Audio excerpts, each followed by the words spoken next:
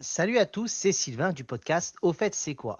Eh oui, la magie de Noël opère, ça se rapproche et il va être l'heure pour le Père Noël et ses reines de pouvoir distribuer l'ensemble des cadeaux à la terre entière. Alors, je me suis posé la question quand même, comment font-ils pour réussir à faire ce tour de force en si peu de temps? Et je sais que Thierry va pouvoir m'aider à répondre à cette question. Mais au fait Thierry, c'est quoi la logistique de Noël? Oh, oh, oh, oh, oh, oh.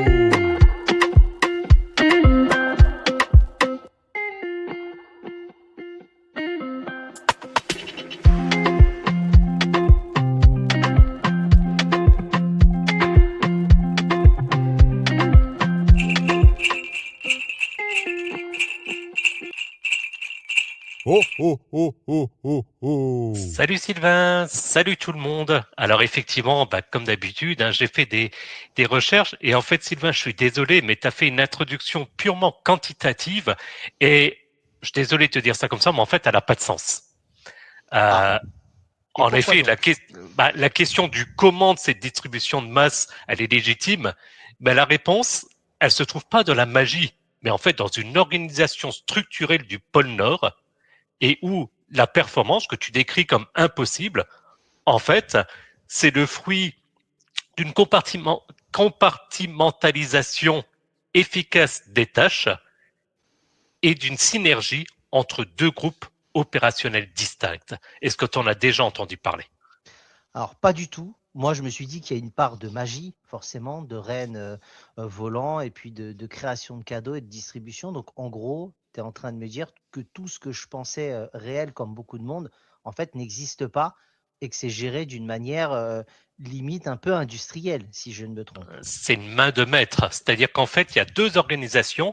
La première organisation, il y a le PEPIN, le pôle énergétique de production et d'ingénierie du Nord. Donc ça, c'est chargé de la fabrication des millions d'unités de cadeaux, et ce D'accord. pôle est majoritairement composé des lutins du Père Noël. D'accord. Les lutins, j'en avais entendu parler, mais je ne savais pas qu'ils faisaient partie du Pépin, qu'ils avaient vraiment un pôle dédié. Ok, c'est intéressant. Et ensuite, il y a le PLDC, le pôle logistique et distribution cosmique, dont la mission est d'assurer l'acheminement et la livraison en temps et en heure, malgré les contraintes climatiques et temporelles extrêmes. Et ce pôle, il est opéré par les rennes. D'accord, donc en fait, c'est beaucoup plus structuré qu'on ne l'imagine. C'est vraiment quelque chose de très cadré et chacun a son rôle et est à sa place, en gros, comme une grande société. Exactement. Et donc, pour comprendre comment la production soutient la distribution et inversement, il va falloir analyser chacun de ces groupes séparément. Et on va commencer par la base, la force ouvrière et créatrice des lutins. D'accord, donc si j'ai bien retenu le pépin, donc comment ça fonctionne, ce pépin, ce pôle de production, Thierry? C'est ça. Donc, on peut se poser la question, mais comment les lutins parviennent à fabriquer autant de jouets? En fait, l'efficacité des lutins du Père Noël, c'est un cas d'étude unique dans l'histoire de la productivité. On parle en fait d'un environnement de production qui opère à des flux tendus permanents, sans stock mort en fin d'année, parce qu'il ne peut pas rester quelque chose. Donc la notion de stock, c'est absolument inacceptable, et D'accord. avec un taux de défaut nul. Eh oui, Imagine si soudainement il y a un cadeau qui arrive et qui ne marche pas. C'est pas possible. d'accord. Donc il faut qu'ils arrivent à produire en bonne quantité et sans défaut. Donc Exactement. une vraie force de frappe pour le coup, les lutins, dans Ah, l'absolu. on ne peut plus. Et du coup, leur secret, il réside dans leur dextérité cognitive et manuelle hors norme, qui leur permet de gérer des tâches complexes, donc d'assemblage et de prototypage. Alors, si je peux me permettre, Thierry, les lutins, j'ai toujours entendu parler qu'il y avait, tu sais, les lutins farceurs. Et donc, est-ce que c'est une fable au final, ou est-ce que vraiment ils existent et que c'est quelque chose qui peut être dérangeant? Non, non, et justement, ça fait partie des deux points critiques. Donc effectivement, je vais commencer par les lutins farceurs. Donc ça représente un énorme risque opérationnel parce que leur propension à l'espièglerie et aux plaisanteries, c'est pas simplement une anecdote culturelle, mais un facteur qui introduit une déviation potentielle dans la chaîne de production. Imagine, que se passe-t-il si un lutin, il remplace l'emballage d'une console de jeu par une brique? Aïe, ah, ouais. À la limite, vaut mieux l'inverse, quoi. Vaut mieux un emballage mauvais avec un très beau cadeau que l'inverse. pour pas Ouais, mais générer de la déception chez l'enfant, quoi. ouais, mais si c'est pour un adulte maçon qui voulait une brique et qui a une console de jeu, ça représente un risque de rupture de confiance client et de défaut de livraison qui va à l'encontre de la politique du taux de défaut nul. Donc, on a recensé de nombreuses situations. Faut pas se leurrer, hein. Ah, donc il y a eu des cas qui se sont avérés réels. D'accord, bah dis-moi. Je t'écoute là. Je suis assez curieux. Bah, il y a eu par exemple des swaps de peluche clavier, où l'on trouve une peluche à la place d'une console, ou l'inverse. Ça fait mal. Moi, je l'aurais très mal vécu. Enfant, là, Bah ouais. j'avoue. Même adulte, tu m'enlèves un clavier et j'ai une peluche. Voilà, ça me fait un peu mal. Il y a eu, encore pire, je trouve, de la dislocation de roue, où un défaut de serrage sur un vélo est planifié pour survenir quelques heures après le déballage, pardon. Tu te Ouais, et rends ça, compte du danger? c'est dangereux. Imagine, tu as un enfant qui dévale une pente. Non, ça, c'est pas bien, les lutins. OK. Et puis, ils ont également mis en place le DEI, le double emballage inutile. Et ça, je l'ai déjà vécu d'ailleurs, hein. Je pense à ma cousine, et encore, c'était le double, triple, quadruple. Donc, c'est un lutin qui, par esprit de farce, enveloppe un cadeau simple, disons une carte de vœux, dans 37 couches de papier cadeau et de ruban. T'imagines le truc pour déballer ça? C'est un peu les poupées russes des cadeaux, quoi. Et pour le coup, c'est vraiment farceur et espiègle, parce que ça fait passer beaucoup de temps inutile. Donc, d'où le DEI. D'accord. J'ose espérer, Thierry, qu'il y a quand même un conseil de discipline pour lutins, une fois que ces lutins-là ont été retrouvés, identifiés, et qu'il y a quand même des conséquences de leurs actes. Bah, malheureusement non, parce qu'ils sont tellement espiègles qu'on n'arrive pas à les retrouver en fait. Et donc, bah, ils se répètent année par année, et bah, c'est ça qui fait qu'il y a des gros dangers. Et après, donc on parlait des risques opérationnels. Le deuxième, c'est par rapport au chargement du traîneau. Parce que tu Mhm. imagines bien que c'est pas simple. Bah oui. Oui, oui, oui. Bah oui, parce qu'il faut pouvoir après tout enquiller. Et si tu me dis qu'il n'y a pas de magie et qu'il y a vraiment que de la logistique, là, je ne sais pas du tout comment ça peut s'organiser. Exactement, parce que du coup, alors comme on peut l'imaginer, on fait face à un problème d'optimisation spatiale 3D avec une contrainte de temps extrême. Donc les lutins, ils se contentent pas d'empiler des paquets, ils doivent organiser la charge en respectant un cahier des charges rigoureux. Et d'après mes recherches, ça porte un nom, ça s'appelle le Tetris. Ah bah tiens, comme par hasard. Tetris, d'accord. Et que signifie alors Tetris? Si c'est un anagramme, qu'est-ce que ça signifie pour de vrai? Alors, d'après mes recherches, c'est la technique d'équilibrage tridimensionnel rigoureux pour l'introduction des sacs. Tout s'explique. Et Et est-ce que donc, tu penses qu'il y a une corrélation avec le jeu qui se serait peut-être inspiré de ce Tetris des lutins ou pas du tout? C'est une question que je me pose comme ça, je, hein. je pense, et de ce que j'ai entendu, les lutins ont porté plainte contre Nintendo d'ailleurs par rapport à ça. Donc, D'accord. Eh oui, mais pour ça, c'est plagiat. encore relativement top secret, donc on va pas trop s'étaler. Ok. Mais donc, en quelques mots, hein, ce protocole, il garantit une répartition des masses essentielles à la stabilité aérodynamique du traîneau pendant le vol supersonique. Parce que forcément, si les jouets les plus lourds sont mal positionnés, eh ben, ça peut compromettre l'équilibre de l'attelage et du coup créer des difficultés de pilotage pour les rennes, ce qui augmente ainsi le risque d'incident de parcours. Bien sûr. Eh oui, oui, oui, évidemment. Puis il faut pas prendre de risques parce que déjà, il faut assurer la sécurité des reines et du Père Noël. Et puis de deux, il faut que les cadeaux soient livrés. Et c'est là que rentre le pôle logistique, le PLDC, si ma mémoire est bonne par rapport à ça. C'est là que les rennes rentrent en jeu, en gros, en piste. Exactement, donc le PLDC, hein, plus connu sous le nom de protocole de logistique et de distribution cosmique, donc il a pour mission d'assurer l'acheminement et la livraison. Donc c'est le pôle logistique qui est régi par le protocole livré, livraison immédiate via Rennes énergétique et rapide. Et donc D'accord. ce protocole, il régit l'organisation de l'attelage et la gestion de la poussée. D'accord. Donc, en gros, je lis un peu dans le conducteur qu'il y a un défi du freinage, si j'ai bien compris. Exactement, avec un système ABS, parce que la difficulté principale pour l'équipe de vol, c'est pas la vitesse de croisière, c'est le stress mécanique des arrêts.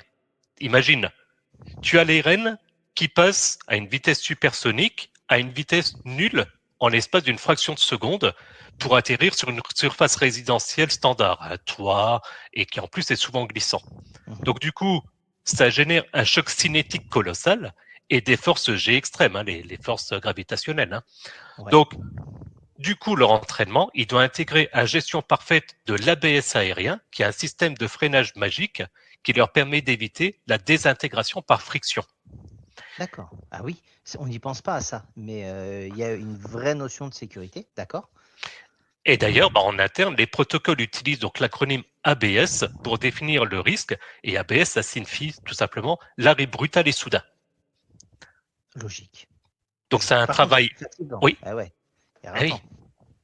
Donc du coup, c'est un travail éreintant, exactement. Hein. En effet, si un renne, imagine, il est distrait d'un coup par une odeur de biscuit, ou si l'un d'eux, il n'active pas son système d'arrêt brutal et soudain, le fameux ABS à temps, c'est l'intégralité du traîneau et de la cargaison qui peuvent passer du toit et donc un accident qui serait classé directement en perte totale et rupture de stock local. Heureusement que je ne suis pas un renne, parce que s'il y avait une odeur, tu sais, de thé ou de gâteau à la cannelle, je pense que j'aurais été facilement distrait.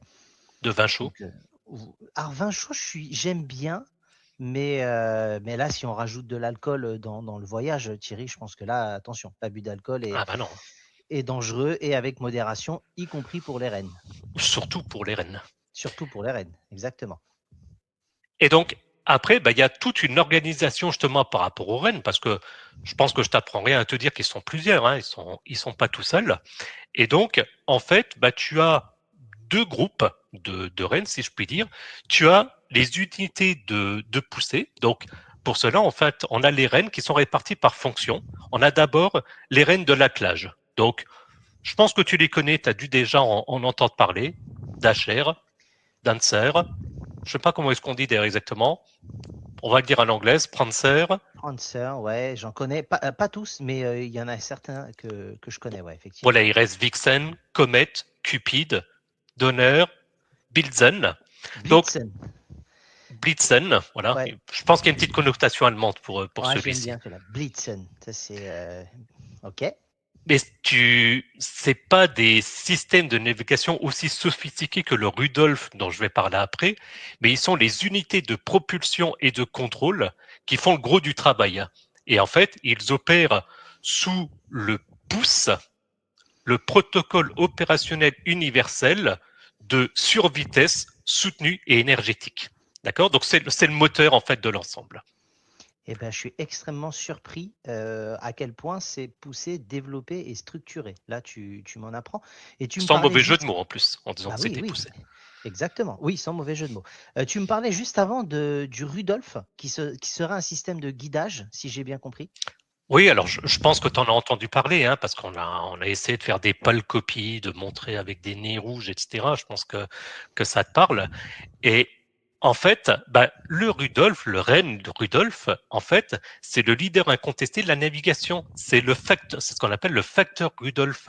En fait, ce renne, c'est pas un simple animal de trait, c'est un système de guidage bioluminescent d'une efficacité redoutable pour percer le brouillard. Parce que tu imagines, hein, vu la météo qu'il y a en général, il faut quand même des systèmes très particuliers. Et ce nom, il n'a pas été choisi au hasard. Parce que le Rudolf, en fait, c'est le radar ultrasensible de l'organisme luminescent pour haute altitude. Par contre, et tu en as peut-être déjà entendu parler, tu me diras, euh, il a quand même deux principales contraintes. Je ne sais pas si je te dis Rudolf, toi, qu'est-ce que ça te dit? Alors là, je t'avoue que je ne pourrais pas te dire. Je pense qu'il y a quand même, tu parles un peu de luminosité. Il doit y avoir un souci peut-être par rapport à ça. Ouais, non, mais le problème de Rudolf, c'est qu'il a une surexposition médiatique. C'est-à-dire qu'effectivement, sa signature lumineuse Ah ouais. unique, elle est vitale pour éviter les collisions en haute altitude, mais elle Ouais. compromet totalement la discrétion opérationnelle. Donc avec Ah son oui, nez oui. rouge, etc., c'est pas Parce que pratique. c'est ça, est-ce que Rudolf, en gros, le petit renne au nez rouge, en gros, le nom serait, son prénom serait inspiré du Rudolf, de ce pôle-là, en gros, c'est ça? Et que ça C'est surexpose? c'est un acronyme en fait au final, hein. Oui, mais oui, oui, d'accord, oui. Et donc le problème, c'est que le corps rénicole, il est censé être invisible, forcément, sinon la magie de Noël, elle est plus là. Bien Et sûr. Rudolf, du coup, par essence, c'est une balise géante annonçant la position de la livraison. Donc c'est un compromis constant entre la sécurité de vol et le protocole de secret qui doit être géré.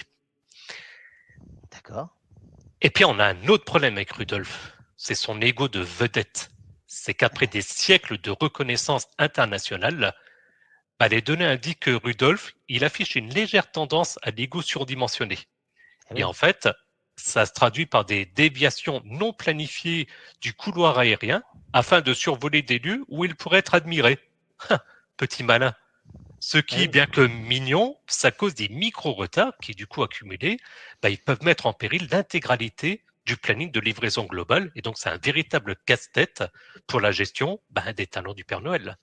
Oui, parce qu'à force d'être mis en avant, ce petit renne au nez rouge, Rudolf, effectivement, lui, peut vouloir continuer à être dans la lumière et prendre plus de place que prévu alors que c'est un travail d'équipe.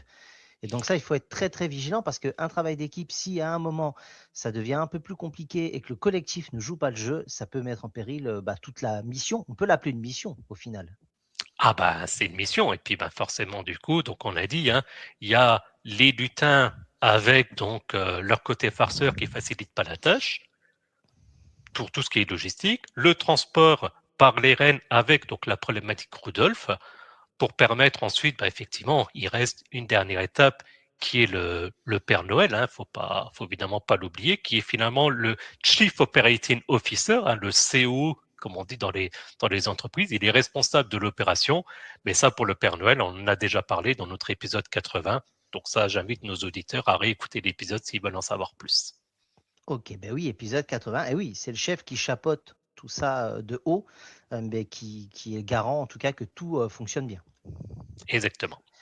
Ok, ben écoute Thierry, je viens d'apprendre énormément de choses dans cet épisode très très sérieux hein, pour expliquer la logistique. Moi, j'avoue que naïvement, je n'y voyais que de la magie, là où il y avait que de l'organisation. Est-ce que tu as d'autres éléments peut-être à rajouter par rapport à ça, ou est-ce qu'on peut passer au générique et les infos complémentaires? Non, simplement de dire que des quelques recherches que j'ai fait, Amazon s'est beaucoup inspiré de ce modèle.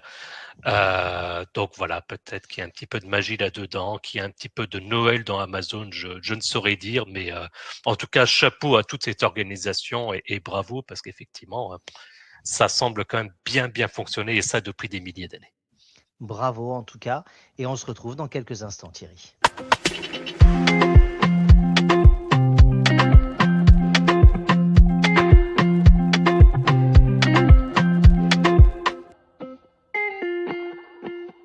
Et c'est Sylvain du podcast Au fait, c'est quoi?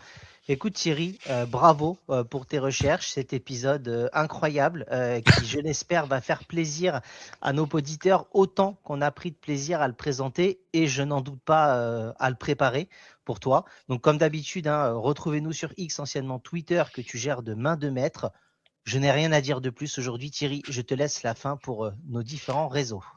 Merci Sylvain. Voilà, effectivement, hein, pour ceux qui nous écoutent, on s'est dit, allez, pour Noël, au départ, on avait prévu un autre épisode et puis j'ai proposé à Sylvain de rester dans la magie de Noël, mais je voulais faire un truc un petit peu original. Donc, j'espère que ça vous a plu et puis tenez-nous au courant, ça sera le plus simple. Et pour nous tenir au courant, le plus simple, c'est d'aller sur notre site internet www.auffaitc'estquoi.fr, puisque vous pourrez retrouver les liens de notre podcast en fonction de votre application préférée, les liens vers notre chaîne YouTube, notre compte X, anciennement Twitter, notre page Facebook. Et puis également, pensez à consulter les notes de l'épisode pour obtenir les liens vers notre page Buy Me a Coffee si vous souhaitez nous soutenir financièrement, et puis notre serveur Discord pour discuter entre vous et avec nous. On vous y attend. Merci, bonne préparation de fête. On se retrouve encore hein, dans une semaine. On ne s'arrêtera pas pendant les fêtes et on vous souhaite de passer une très belle semaine, peu importe quand vous nous écoutez. À bientôt. Salut.